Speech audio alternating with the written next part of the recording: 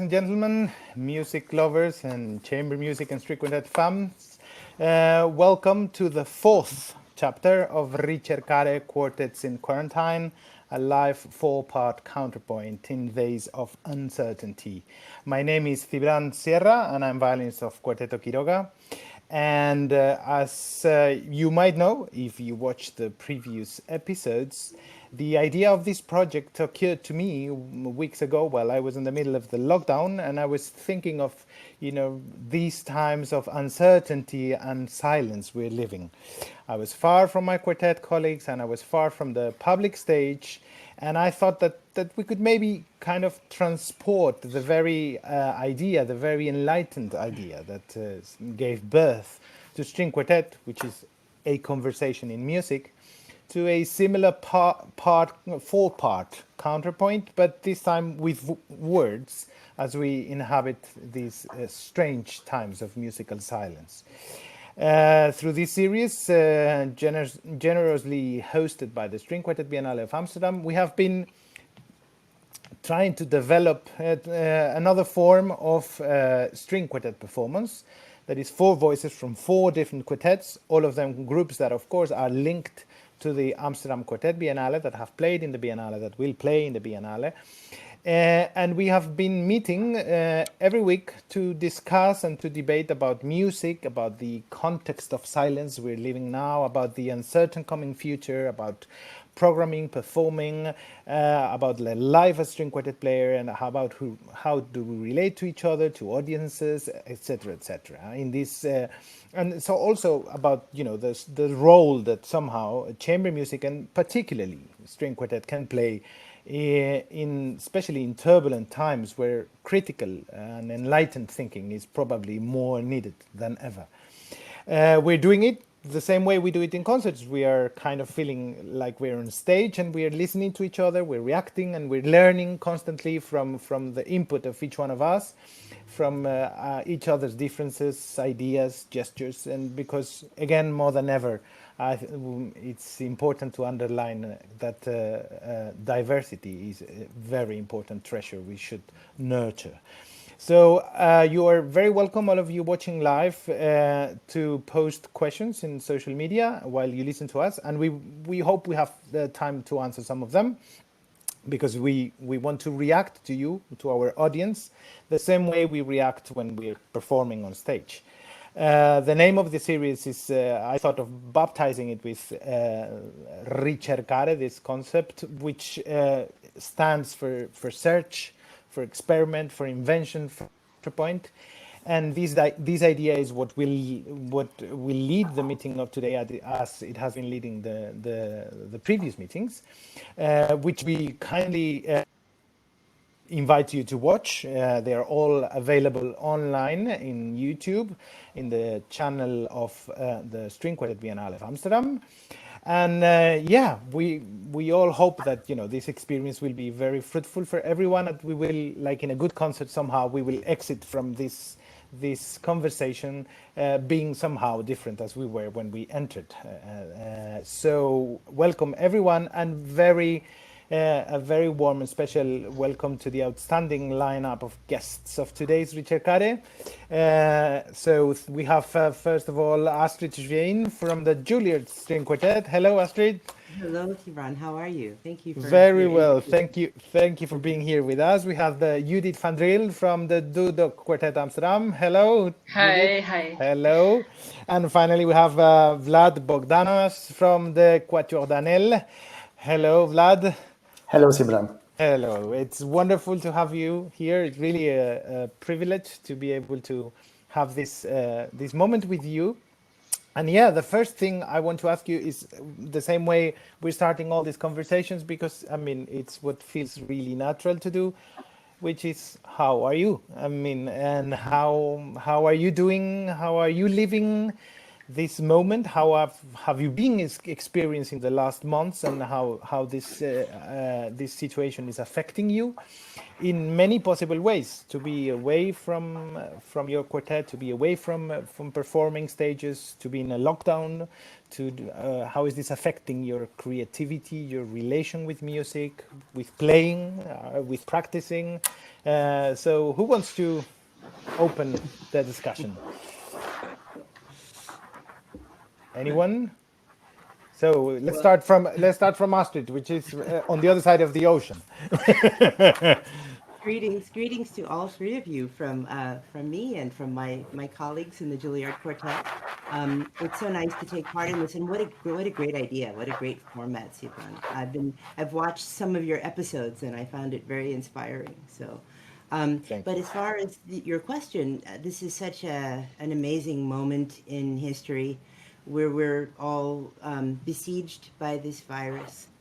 It's left no one actually safe. It reaches into every corner of society, and we're seeing how the different countries are responding to this challenge, how the different industries are responding to the challenge. And one thing I'm learning is that the virus doesn't respect individuality. It's something that's really quite global and requires a unified sort of response. Being cut off from the stage has been a strange experience, not performing. I made a little list of the concerts that were canceled, and for the quartet, we've missed about 16 or 17 concerts so far. Myself, I've missed about half a dozen recitals. But in the big scheme of things, these are small problems.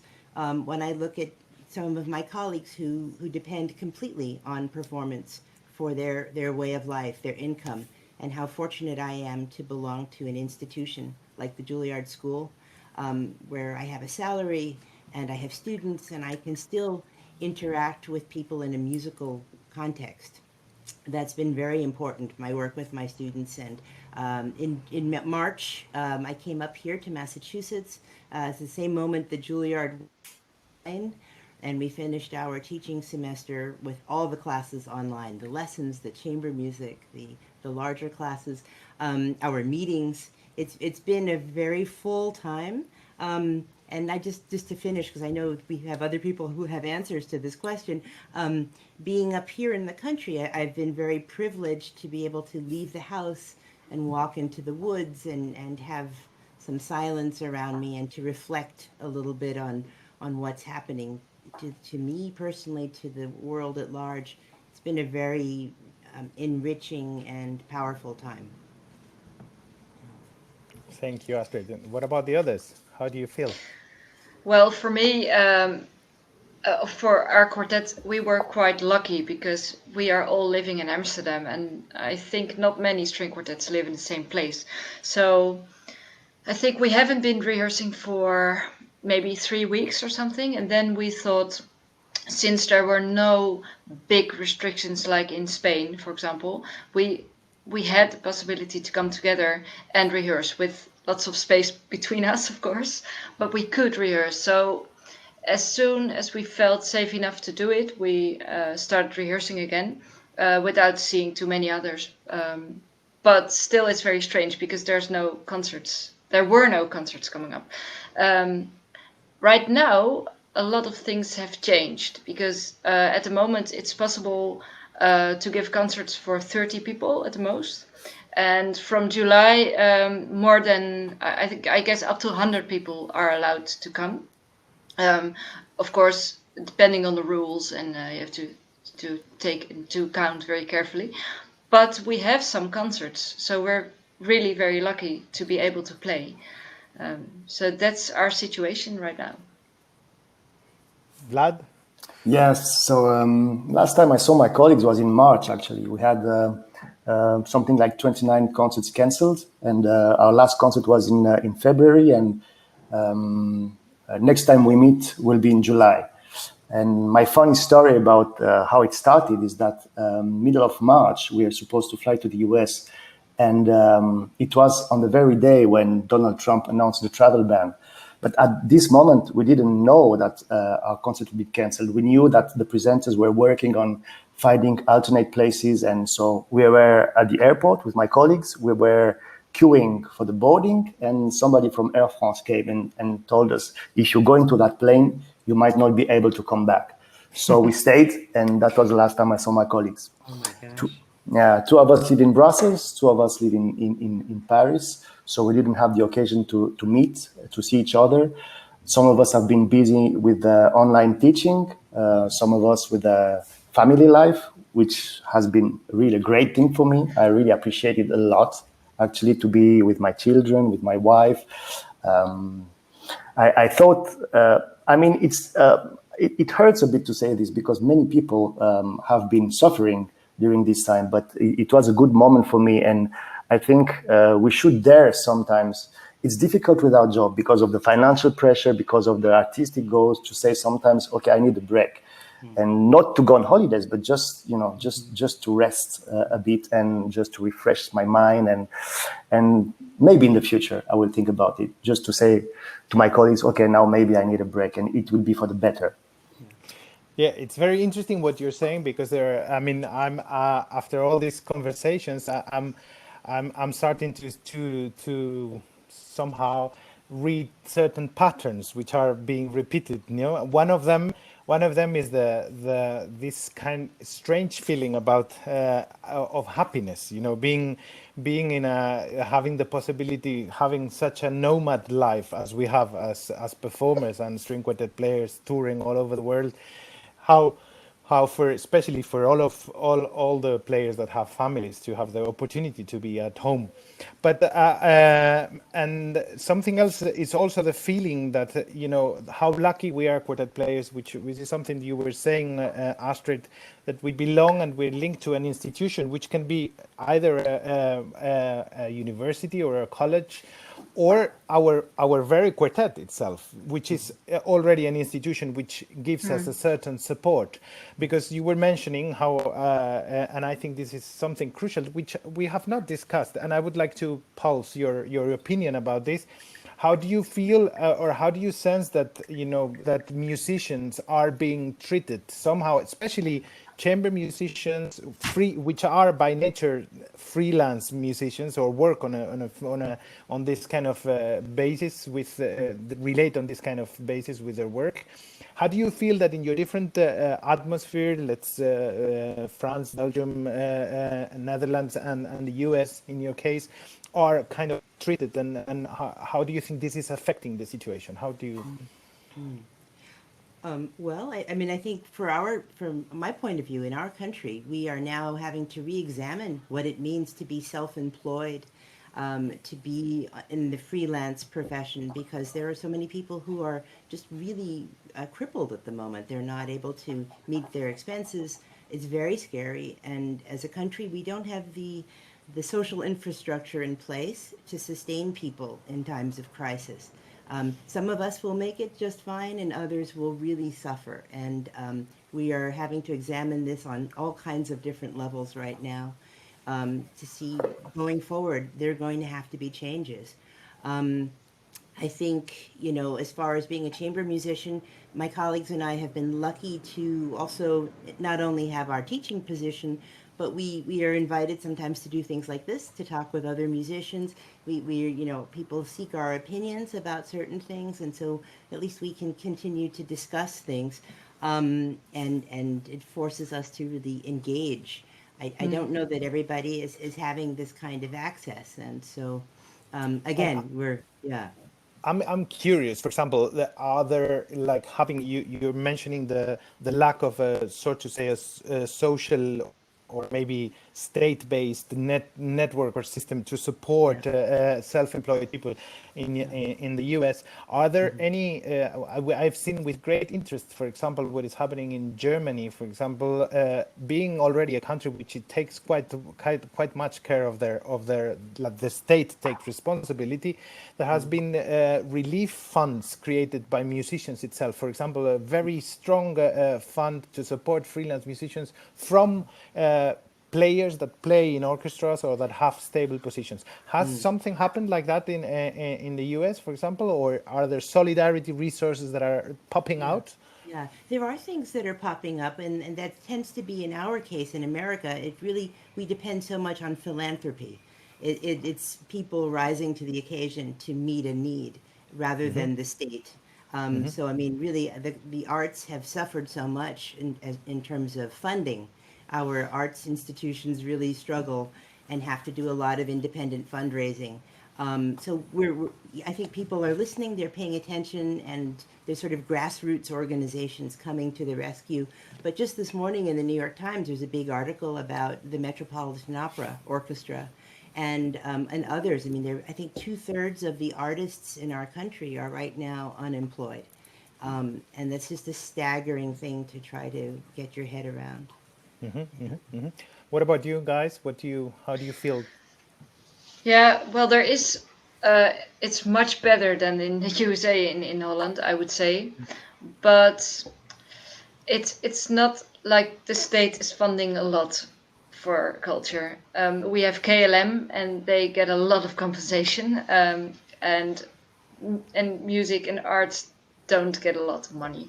On the other hand, there are a lot of initiatives from people, like who give part of their pension and put it in a foundation. So we have some opportunities there, but you see that all freelance musicians try to get some of that money. So it's really hard to see, and also it's a bit scary. On the other hand, being a string quartet gives us some space because we have a name here and we have a solid base and people know where to find us. So I think for musicians, we are the lucky ones.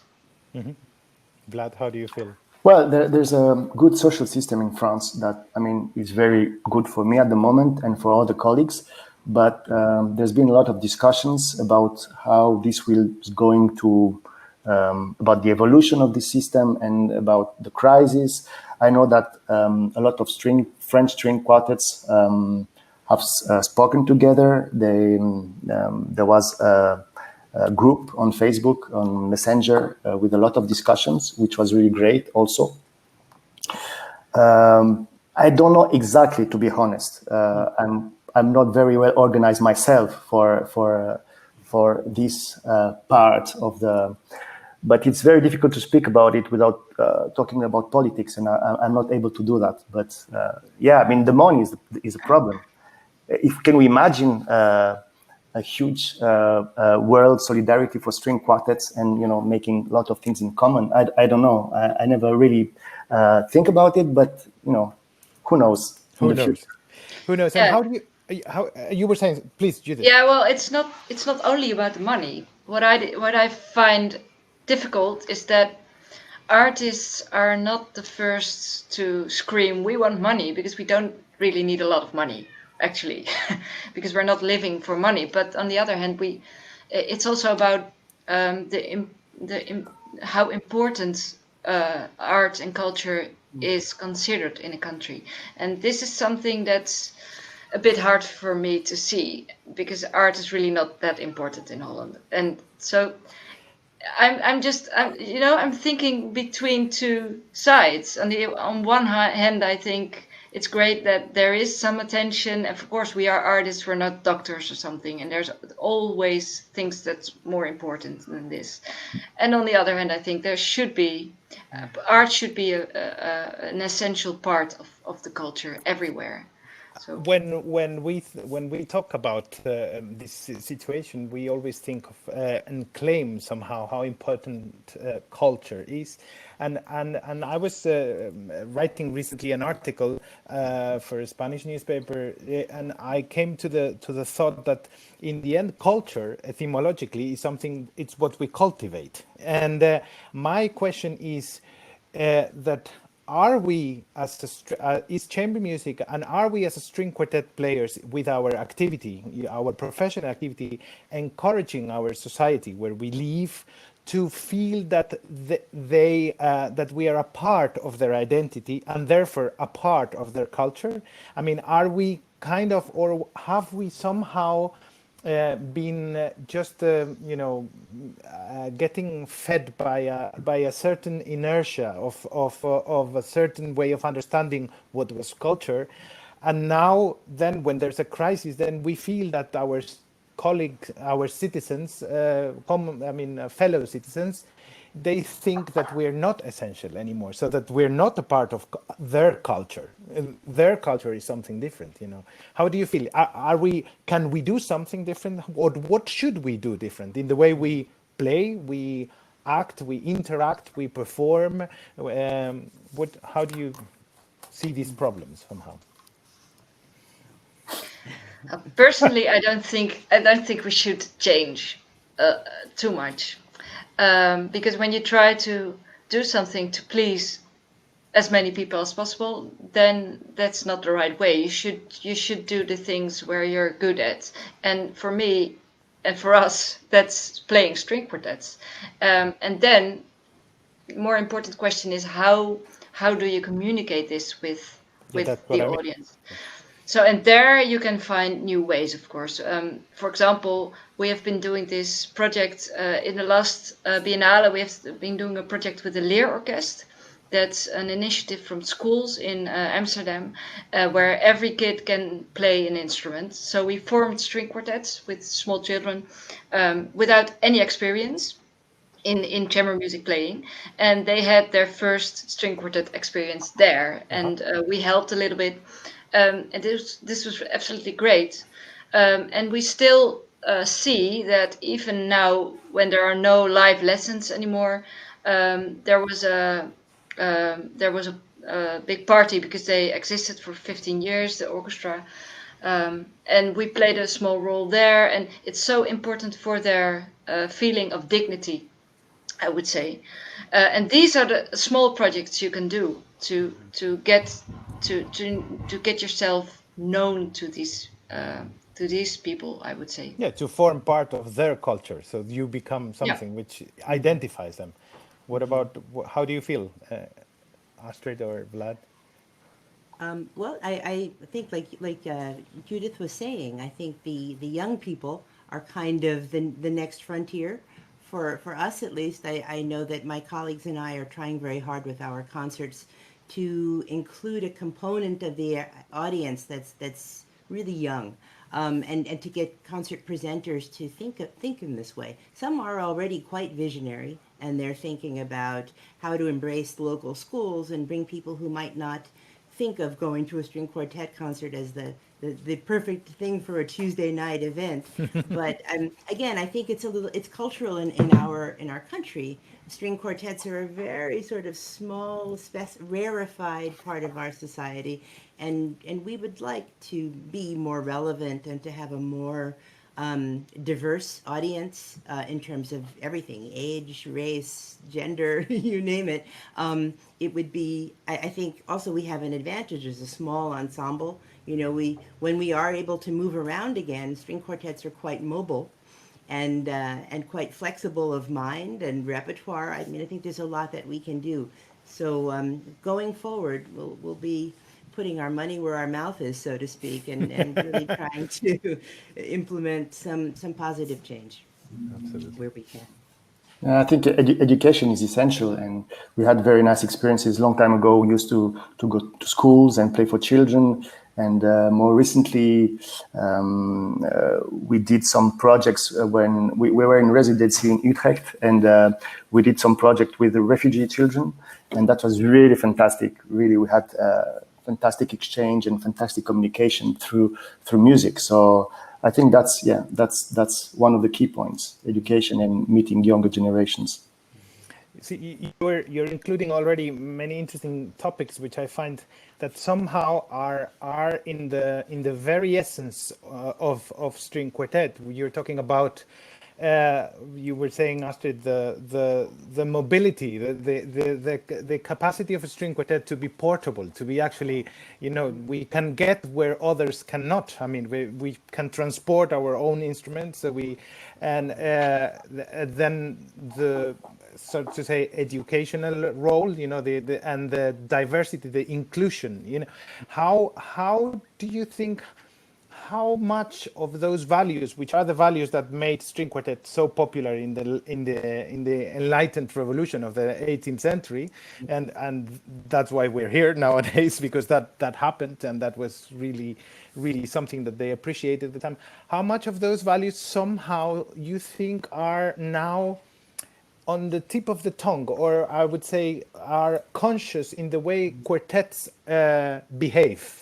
Or how do you think every quartet in the world, or quartets as a generalizing is always very dangerous, but that we string quartet players are really militant of a certain idea of quartet playing, which was somehow what made sense for quartet to appear as a genre initially? Well, what I find a very funny thing is whenever you meet a new string quartet, wherever, you're at the same level, and even if you have very different opinions about how to play or whatever, but you know there is some family feeling. And I think there is something strange with us quartet players, that we all like being very independent and at the same time being very much willing to cooperate. And this is a very strange combination which you need, and which I've always find very fascinating. It's a fantastic metaphor. You can use it for every society. I mean, if everything, it doesn't always happen, but it would be great if the communication would always be generous and open and extreme and experimental, things like that. So in that way, I think that the quartet is a perfect metaphor for everything. You mentioned something which I find fantastic, Judith. You just said we're independent but still want to collaborate. I mean, isn't it that what happens with the voices of a string quartet while performing? Should be four independent voices which are willing to collaborate, you know? I mean, it's fantastic that you mentioned that. So you were going to say something, Vlad? No, not especially. I couldn't agree more with that. What Judy just said. It's fantastic because there are so many different string quartets with so many different profiles, but we always have something in common that, you know, as Judith says, it's like a family. It's a family of string quartet. And I never did competition because I joined the quartet. Oh, you're so lucky. But what my colleagues said about competitions, it was that, especially my colleagues who played the violin, that it was not like a violin competition. It was totally different. That's right. Very different kind of spirit, and much more, you know, listening to each other and trying to communicate. I think I met some of your colleagues, Vlad, when we were all competing years ago when I was in another quartet. And you're right. It wasn't like going to a solo competition. It had a whole different vibe to it. But I think, Cibrán, just to throw in my 2 cents about this, I agree completely. The quartet is like the greatest metaphor for human cooperation and collaboration, and yet independence of will and spirit. And I think right now, this moment in history, we're all very much focused on what makes us human. And that could be maybe the way in which chamber music can really make a contribution and re-examine its own activities, is through ways in which we can communicate on a very human level to all kinds of people. That's very much on my mind these days. That Mozart belongs to everybody is a big theme for me. Yeah. And now that we're talking about this important value somehow that coordinate, you know, the essence of quartet, when you in your personal story, you know, when you started to make chamber music or joined your quartets or funded your quartets, was this something that was motivating you, or this happened then as a learning, as a result of learning what quartet was, or you really, let me turn the question or the thought the other way around. Were we taught about this when we were educated in chamber music in our schools, about this reality, or wasn't this so to say idiosyncrasy present in the way you were taught while being younger players? I would say both. it's something you grow into. When you start, you don't really know what you're going into. And we started pretty early during our conservatory studies, and then we studied for ages. For example, with Mark Danel, he was our main teacher at the String Quartet Academy in Amsterdam, and we had so many different teachers who really learned us not only about playing but also about living as a string quartet. And then I cannot say different than I got addicted to the string quartet. So, and then when we were finished, there was no other way. I needed to do this, and it's a very full life normally, and you have to give up a lot of things as well. But it's totally worth it, I would say. So it's really something that you become a quartet player as part of your whole personality. I totally agree with the word addiction. It's really an addiction. But I didn't choose the quartet. The quartet chose me. I was born in a string quartet environment. My father is the first violin of the UNESCO Quartet. Okay. And at some point in my journey, I switched from violin to viola. And shortly after that, I joined the Danel Quartet. And it was. I wasn't especially looking for that, but you cannot escape your fate. But it's a good one. It's a good one. I like it. What about you, Astrid? Well, for me, I had always enjoyed chamber music as a child, but I was very determined and steering toward a life as a soloist on the cello, and I really didn't know what I was missing until I joined my first quartet, the Lark Quartet, and I thought, well, I'll try this for a little while. I'll see what I learn. And I just was, as you say, the word addiction. I was sort of sucked into this amazing and creative world of ideas, and being surrounded by three other people who played so beautifully and who had all these different perspectives. You feel as a player just constantly challenged, and the repertoire is so amazing. And then, of course, all the great mentors we met along the way, studying with people in the Juilliard Quartet, for example, or in the Budapest Quartet, or the Borodin Quartet, or the Amadeus. These were all people who came and shared their experiences and their wisdom with us. And so I can't imagine a richer life in music than this. Definitely. I was thinking that somehow, now that we are on the other side of the now moving to the other side of the screen or the curtain, if I may say so. Now that we are working with younger players and we're teaching or sharing with younger students or music lovers about what quartet is and about the performance practice and about all these details, can you separate or do you somehow, when you teach, is your teaching very much linked to these ideas that we're somehow discussing, this philosophy that lies beneath quartet playing, or do you relate to it more in a, so to say, pragmatical, technical way? Depends on the situation, depends on the students, depends on many things, but it has to be pragmatical at first, I guess.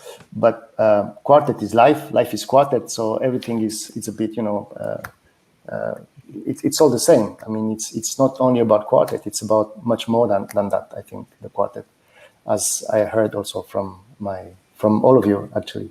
Mm-hmm. So in teaching, I think it's a bit the same. Inspiration comes from many different things, but at some point it has to be also a bit pragmatical. Yeah. Yeah, for me it helps a lot. I teach mostly teenagers right now.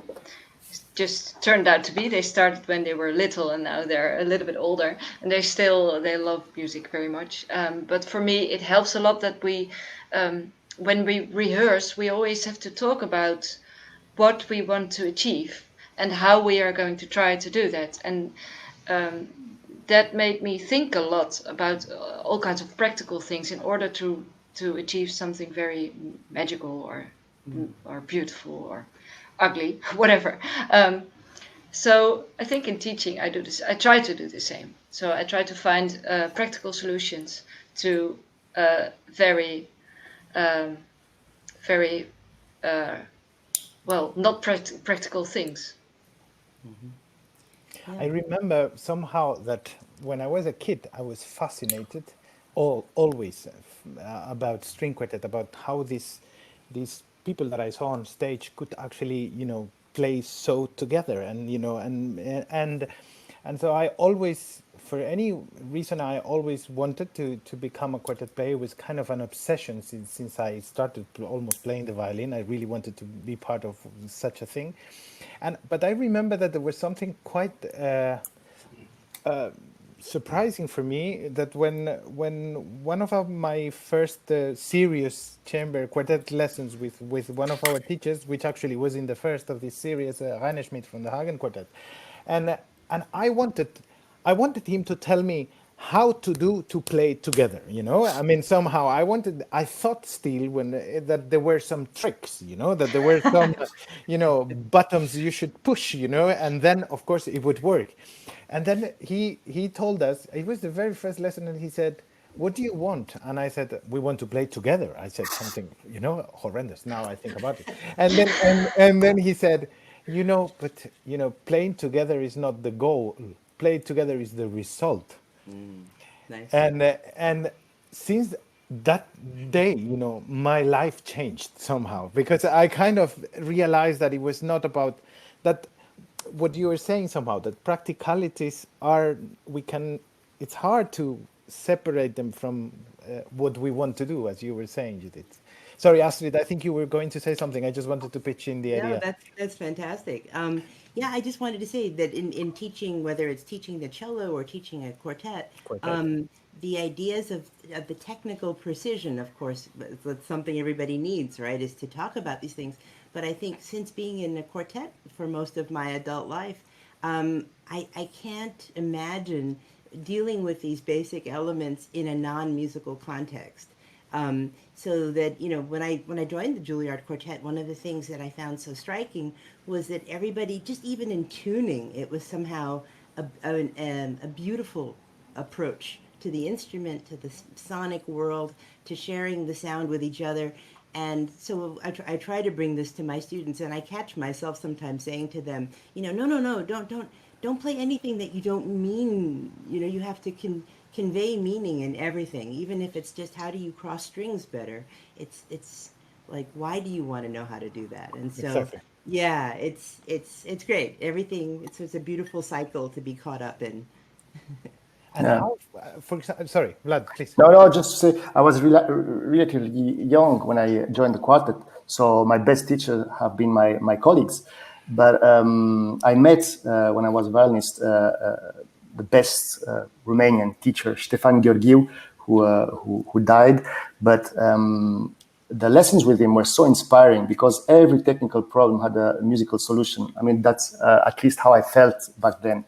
And it was just fantastic. I mean, just being with him in the same room and just speaking about music with him made me a better player and a better person, I have to say. So it's not about quartet, but still, I wanted to mention it just to because what Astrid said. You're pitching in something which I always find fascinating, and still strikes me, not only in when I, for example, witness masterclasses, or when I was myself being taught by people, and also when I read reviews sometimes about or comments about performances, how still there is a mind, there's an idea that there are two things in music which are two universes which are separate, which is technique and music. And we are kind of even forgetting somehow that technique in Greek, the etymology is art. I mean, the real, I mean, it's in itself technique, it's the art making. I mean, you cannot say something if you don't pronounce it somehow. But do you think that this is something which is still we should work on also as performers, to try to convey a message which is in itself a technical thing, and as teachers as well to our students, to teach them not to think of these worlds as two separate ideas. Yeah, I think so. I think that's so important to kind of embrace the entirety of the project, even if it's a matter of learning how to shift cleanly, that you come from an aesthetic ideal, and to teach that's where the imagination should be, I think is very important. I didn't as a child. As a child, I found that very confusing, but as an adult, Exactly. Yeah. yeah, I find that also sometimes confusing with composition. Sometimes I feel that sometimes certain compositions are not coming out from a previous idea.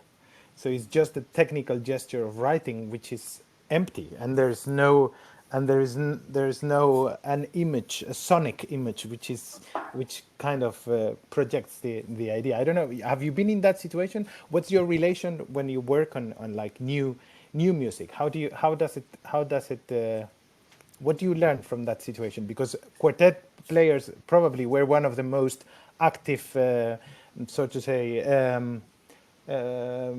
cultivators of new music somehow.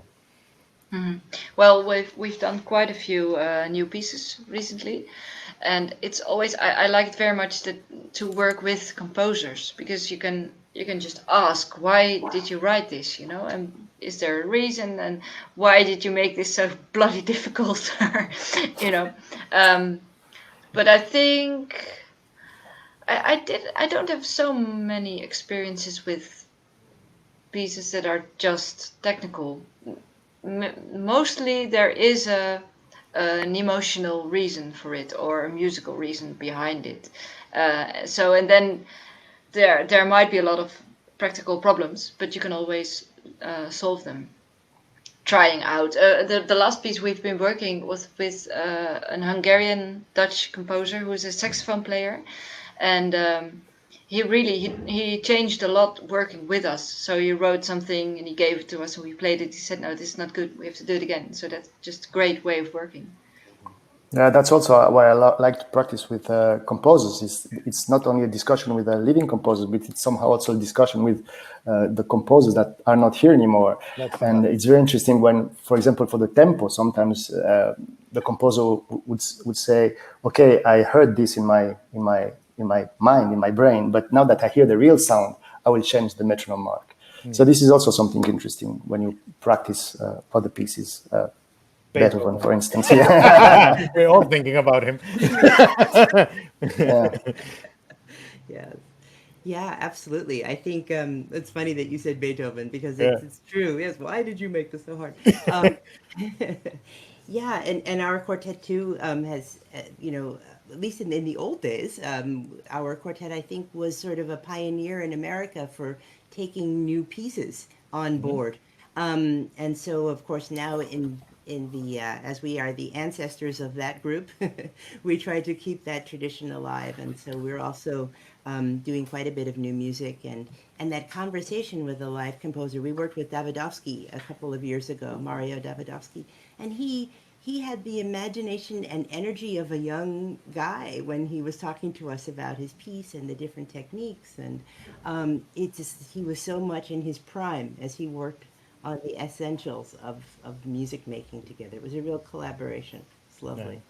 I think that what you were mentioning and Vlad is it's so fantastic and somehow so necessary also to implement in education, in the sense that the best maybe the best way to understand what the masters that are not here and to take into context is to work with the contemporary composers and to feel how notation is somehow just not music itself, but just its written representation, only a form and somehow I think that I find that students are always so reluctant to relate to new music, and even only if it was not out of responsibility, which should be also for the future of music, but also as a tool to learn back. It should be something that should be more encouraged.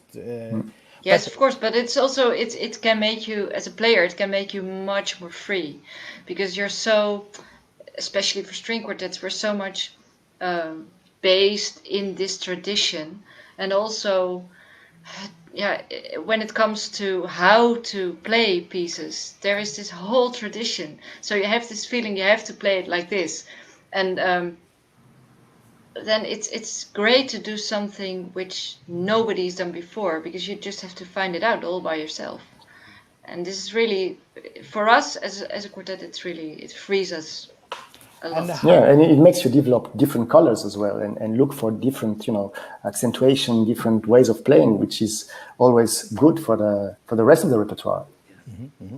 And how do you feel, for example, that we're talking about somehow normally very often presenters are very reluctant to program the contemporary music because they think people are going to run away from the concert halls.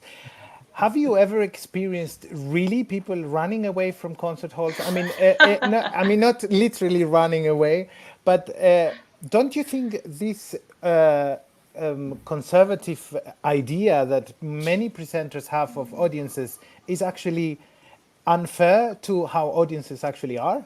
Yes, of course. Well, it depends. What do you call contemporary music? Because I have stories in France, at least, where,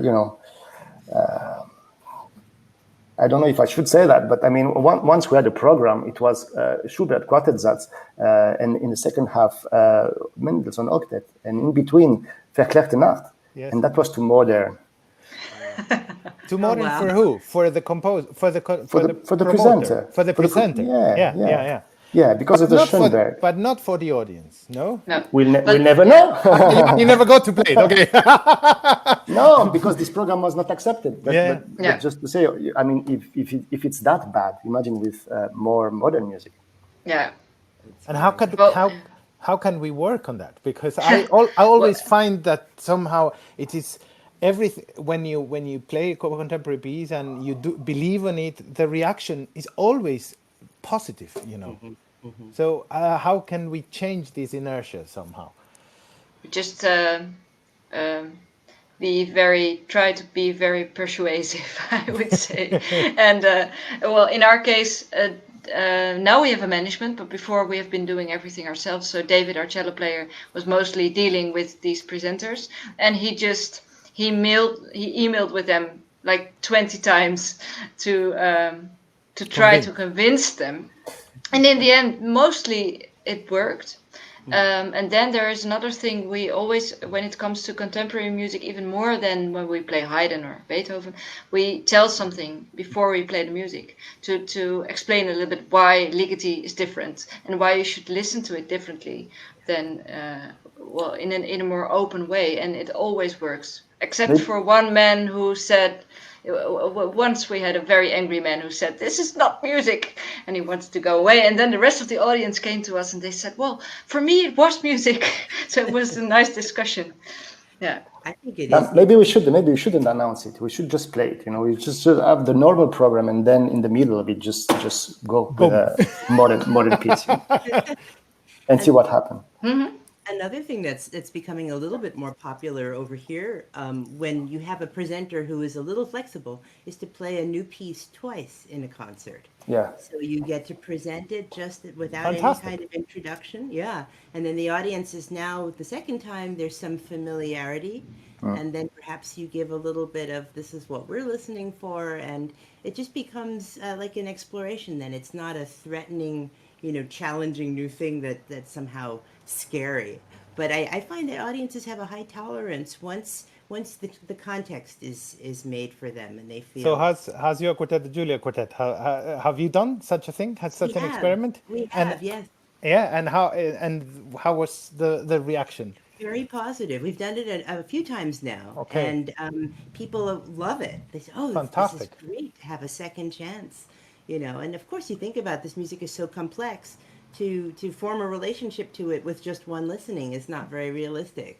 Yeah, but it happened the same. It happened the same with probably with Beethoven. I mean, we know already that it was hard, and even other composers at their time they had tough times. So that's a fantastic thing to do.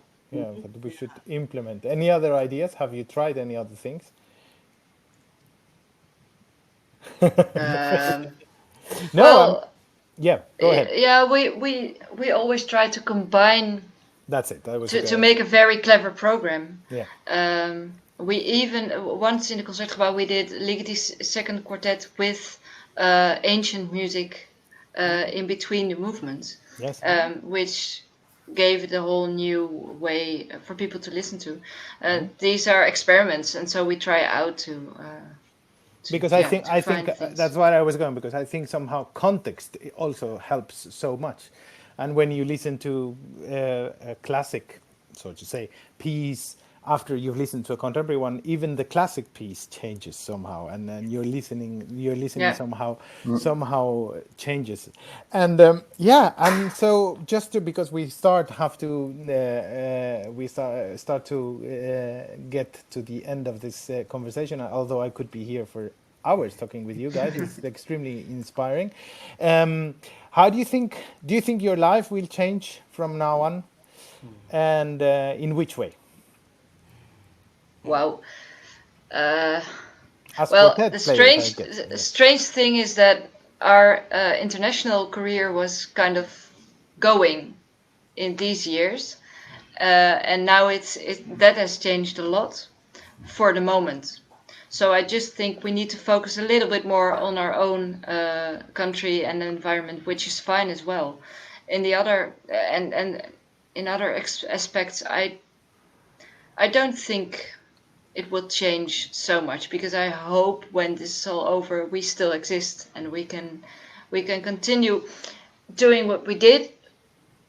But as with good music, as Vlad already said, this period made us all think worldwide about the way we are living and the way we are dealing with each other, with nature and everything. So that changes a lot in our minds, I hope, and I hope we can remember that and we won't forget when things start to get normal again. What about you guys? Well, I will keep in my heart all these moments that I had with my family. That was something important to me. I never had this occasion to sleep in the same bed for 3 months. It's something very unique, and see my children every night and every evening and all the day. This is something that brought me a lot of strength, I think. And after 3 months of lockdown, I mean, it was 2 months, but now, I mean, I'm still at home because there's no concerts. We love each other even more. So no, it was great. It's been a great time for me. So that's the only, it's not a difference. It's just confirmation that I'm with the right people. And actually, I also have a string quartet at home because I have 2 children. So with my wife, it makes another quartet. Another quartet. And my wife, she has 4 older brothers. So it's everything is about, number 4. Number 4. In my life. What about you, Astrid? Wow. Well, yeah, it's such a big question, isn't it? There's so many I know. unknowns, and I feel like as artists, we are essentially optimistic people, right? Because we're always looking forward to the future, to new projects and new challenges. I think we just don't know what it's going to be like exactly. I'm hoping once there's a vaccine and a cure, that life can more or less return to the concert stage. In the meantime, we'll have to, I think technology is going to be bumping up very quickly because the need is so great, and maybe we'll find all kinds of ways to communicate what we do to a broader audience worldwide. In our situation here in America, we have a lot of social, political, as well as medical issues to face. Our society is a little bit, is very divided right now, and our leadership is not listening to the populace. So we've got some pretty big things to face. But I see the quartet kind of guiding my life, as a bit of a ship navigating this very treacherous waters ahead. So I want to be as optimistic as possible. Well, we all should. The moment you lose this optimism, which you're talking about, then probably uh, we have a problem because there's no fuel to guide the ship. And yeah, and just to end with a little, I'm asking everyone that has come here, and always the answer is very funny. And the most popular reply is silence. But do you have any music that has somehow accompanied you during these days? Oh yeah. Silence. No? Again. No, Oh, no. no, Okay. no, no. I'm a huge rock and heavy metal fan, so I had the occasion to Okay. listen to all the new albums coming out, which I always do. But this time I had the chance to listen to the whole albums, not only a couple of tracks. And maybe this is a good occasion. This kind of music you need to listen to a certain volume. So I would like to thank my wife, my children, and even my neighbors for listening with me, even if they didn't want to. Fantastic. Fantastic. Yeah. Great. What about you? Guided is maybe a little bit too big of a word, but we have been fascinated by all kinds of other music than string quartet music as string quartet. And a piece that fascinates us a lot is Giant Steps by John Coltrane. So we asked a Dutch viola player, Une van Geel, to write Okay, One. an arrangement for us last year. So which he did in 2 days, and he was finished. And we made a mistake. We said to him, "Well, can you make it not too easy, because we like a challenge." And he made it incredibly difficult. So we couldn't really play it because we had no time. And then this whole thing, lockdown, came. So we finally had the time to practice it. And this is really, it's like the Opus 130 of the jazz music. I didn't know, to be honest, but it was great to live with that piece for a while, and yeah, it's one of my favorites. Fantastic. It's great. Astrid. For me, I've been on my long forest walks. I listened to Glenn Gould and the Goldberg Variations, especially the later recording when he was Yes. older, wiser, and slower. I don't get tired of that. And if I need to make a contribution to something a little bit more American and modern, I would say Judy Garland and Somewhere Over the Rainbow. I could listen to her sing that all day. Fantastic. Well, it's been really a fantastic time we've shared here. I wish it would last at least 1 hour more, or that we could share it with a proper glass of wine. And I hope we will have the chance sooner or later. And I want to really thank you, Astrid, Vlad, and Judith, for being here and for pitching so many interesting thoughts and ideas, which are extremely inspiring. And yeah, let me thank, of course, the Biennale, String Quartet Biennale of Amsterdam for hosting this initiative, and of course, everyone that has been listening to today's discussion. Or you can watch it as many times as you want on YouTube and share it with everyone. And yeah, we will have 2 more sessions, and the next one will probably we'll tell you very soon in our social media when it's going to happen, but it will be focusing on young string quartets, and to see somehow how the younger generation, which is now starting their career, and how they feel and how they look at this uncertain future that we have ahead of us. And I think it can be a very promising conversation. So once more, Astrid, Vlad, and Judith, thank you very much. It's been a Thank great you. Thank you. pleasure. Thank you very much, Cibrán. Thank Take you. care. Be well. Bye. Bye. Bye. Bye bye.